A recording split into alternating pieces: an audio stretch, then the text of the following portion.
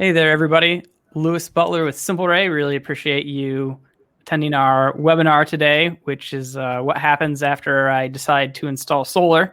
I'm Lewis Butler. I'm the Director of Sales at Simpleray. We're an engineering, procurement, and construction firm based in the Midwest. We are out of Fairfield, Iowa. Today, I have Richard Davis with me. Richard is our operations manager. He's worked in commercial energy efficiency and solar since 2015. He's developed a number of projects for Chicagoland municipalities, and he's overseen quite a few commercial solar installations. He has a master's of public administration with the focus on public budgeting and financial management. So we're really lucky to have Richard on our team, and welcome, Richard. Hey, Lewis. Glad to be here. So, today's topic is a lot of fun. On the sales side for me, we talk about financing, we talk about the dream of this project, right? And then after we sell the dream of the project, and dream might be a strong word, but we're catching as much as we can. You are the guy who gets, I don't want to say clean up our sales mess, but you actually get to go and implement, what we've signed a contract for. Yeah, definitely. I'm glad that we're doing this today, Lewis. There's so much that happens operationally that's really behind the scenes. If we're doing our job well, then much of it is completely unbeknownst to the customer. So I appreciate the call out here. So yeah, and from the sales side of it, right? You have a limited amount of time to talk about the project. You're talking about solar and metering and the incentive programs and taxes and financing, and it's hard to say, oh yeah, by the way, there is a whole team of people behind me. So to make sure that your project is going to go well, and we might be in a competitive bid situation against another company, and the designs might look similar, but the implementation of those projects actually matters a lot. And for our customers, how much of their time are they going to have to eat up trying to manage this project to make sure it's going well? And that's one thing that I feel like we do very, very well, from the signing to the permitting to the construction, and then even after the sale.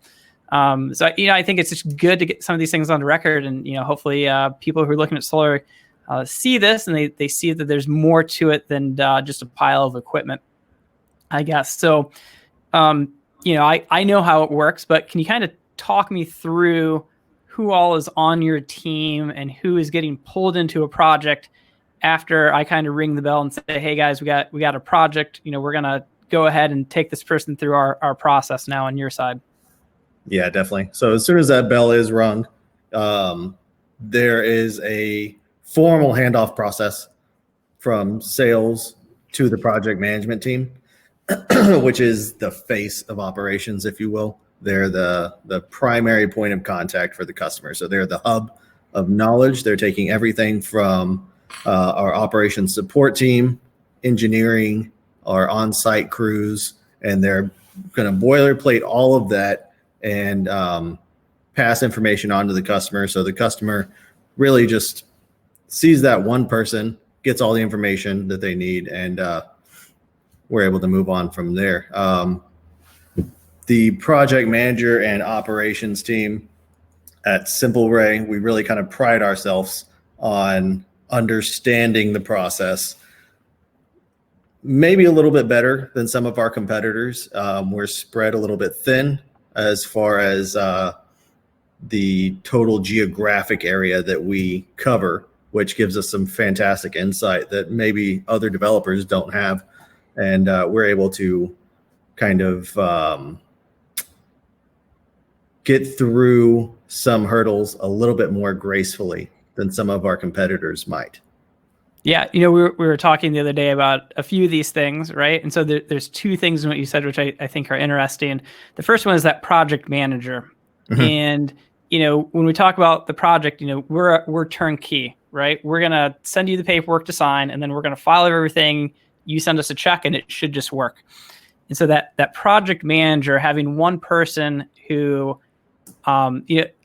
this is a good question for you. What are they keeping track of? Like, just for example, on the paperwork side of things, or, we have that handoff call. So, Sure. I, on the sales side, I'm on the call, the customer's on the call, and the project manager's on the call.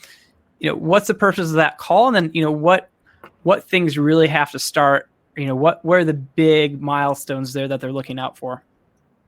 Sure. So in that handoff call, we're kind of getting a feel for the project. We're discussing, some of the ideas that were bounced around pre-sale, maybe any type of, nuanced aspects that went into, getting this through the finish line from a sales perspective, just to make sure that the project manager has a full understanding before they reach out and do that handoff and meet and greet with the customer, if you will. So whenever we're going in, we want to discuss, the design, how we got there, how the site was chosen, what was discussed as far as, locations and interconnections, maybe future aspirations for the site might be important. And then from there, that's when we'll take all the information, kind of condense it down, speak with the operations team, and then the project manager will be able to go on and speak intelligently about the project to the customer and move on from there. Yeah, it's interesting, talking about site location now, how we ended up with the design that we did for when that handoff happens, right? There's a lot of background conversations before, we're bringing in the project manager. And, we were talking a little bit the other day about how residential projects are a little bit more cookie cutter. Mm-hmm. We have a pretty good idea what the usage are. The equipment is highly spec'd out to hit a very specific target. But on the commercial side of things, we actually have a lot more options. We have to consider future building expansions. We might do something differently with the wire run to accommodate that. Kind of, do you have some good examples of, things that we've done to accommodate projects? Or, the part of this is, I feel like we spend a lot more time in the office thinking about these things. What kind of things are we thinking about, or what have you seen pop up? Even though I'm doing my best on the sales side of it, what weird things have come up? And they're not even weird. They're just considerations that you don't fully understand until you get ready to, put a post in the ground. Sure. So some things that might not be top of mind for sales are, like municipality setbacks, right? What's the city or the county going to require from that array, right? They're not necessarily experts in that, and that's fine. So we might have to make creative decisions to get the customer their desired array, such as, maybe we'll switch to bifacials, or whenever a customer really wants, a ground mount, but their array, or their lot, if you will, is set up in such a way that we can't really accommodate municipalities' required setbacks from property lines and whatnot. So that requires us to do some creative engineering. We're actually in a project right now where we went back to a manufacturer. We designed a product for the manufacturer and said, can you make this, engineer it, and stamp it for us? And, that was very much a one-off design that we created specifically for a customer to accommodate their desired location and sizing. Yeah.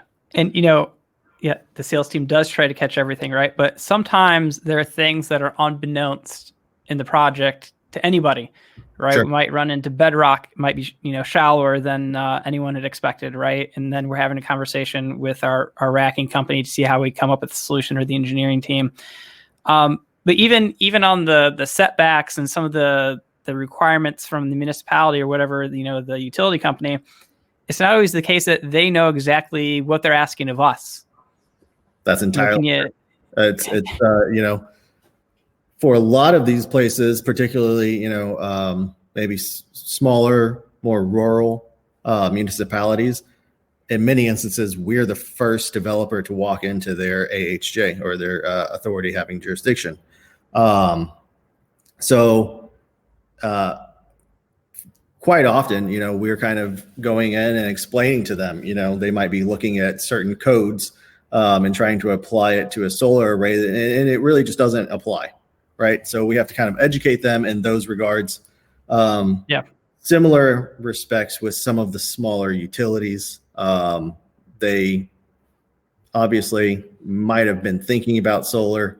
they don't really have a lot of solar development at the scale that maybe we're um, planning on building at those sites. So, I mean, a lot of these things, we're able to provide them insight in the development process that they might not have even really thought about in order to make things better for the customer, the utility, and the AHJ as well.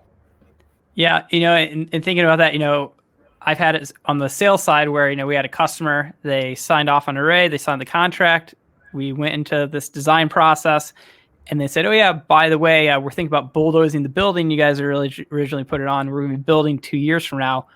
And, we came up with a creative solution where we put the array on the ground, and when they build their building, they're going to be able to easily move it to the roof.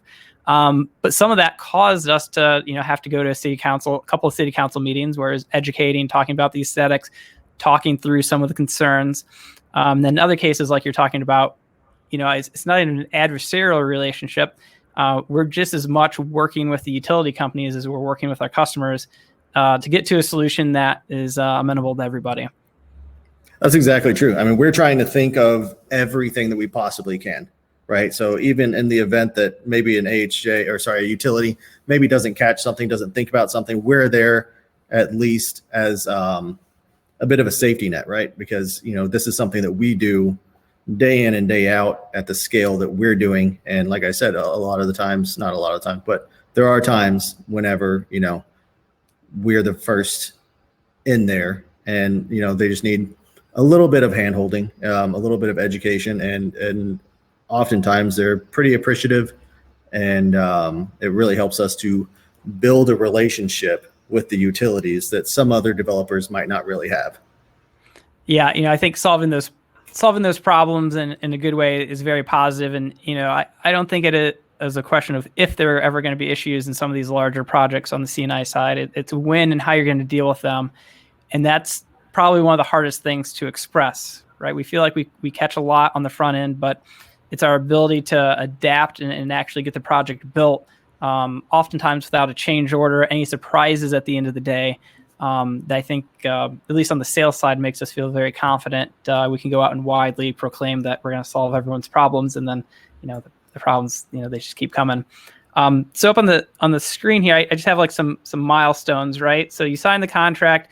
We're going to do initial design. The customer is going to see it. We're going to send it off for approval, right? So there's actually a couple of things before we even get equipment in. How important is it to our team, or can you kind of talk about the amount of effort that goes into getting these things right? Oh, yeah, Richard, I see this, sometimes, you see these one-line diagrams on the back of a napkin, but Sure. It looks like we go to a little bit more extreme lengths here. It's definitely true. I mean, like I said, we want to try to catch everything as early on in the process as we possibly can. We like to do our on-site visits and, make sure that everything that we're designing is really not going to change dramatically from, the initial post-sale design all the way up through construction. And, as like you mentioned, change orders, we try to be as proactive in this as we possibly can be, just for, full transparency for the customer, and making sure that, they're not going to get hit with something because we didn't think about it and mention it early on. Yeah. And, I should kind of mention while we're here, every project's a little different, but sometimes we get held up at different pieces of this, right? The local municipality may not sign off on our initial plans, or we have to talk about a fence, or the utility. The derecho happened in Iowa this year, which meant the utility companies got very busy fixing a bunch of, down power lines and dealing with other issues from customers. And so that backed up our process a little bit. So, I think part of what we do is, in that project management and overseeing the whole thing, is we're guiding this project to the finish line as quickly as possible, knowing, using our last 12 plus years of experience in doing this, to really just keep that project moving to get to a point where we can, go out and build it. And then we spend a lot of time internally getting our teams organized. So I see here, there's a second customer approval of the design, having pre-construction meetings. The second half of this, I don't want to say is the easy part, but I think this feels like the downhill slope to me, right? We have all the approvals, we have everything we need. Yep. I know we got to go build the thing. It's getting cold out now, right? And we're still going to end up with surprises on the job site.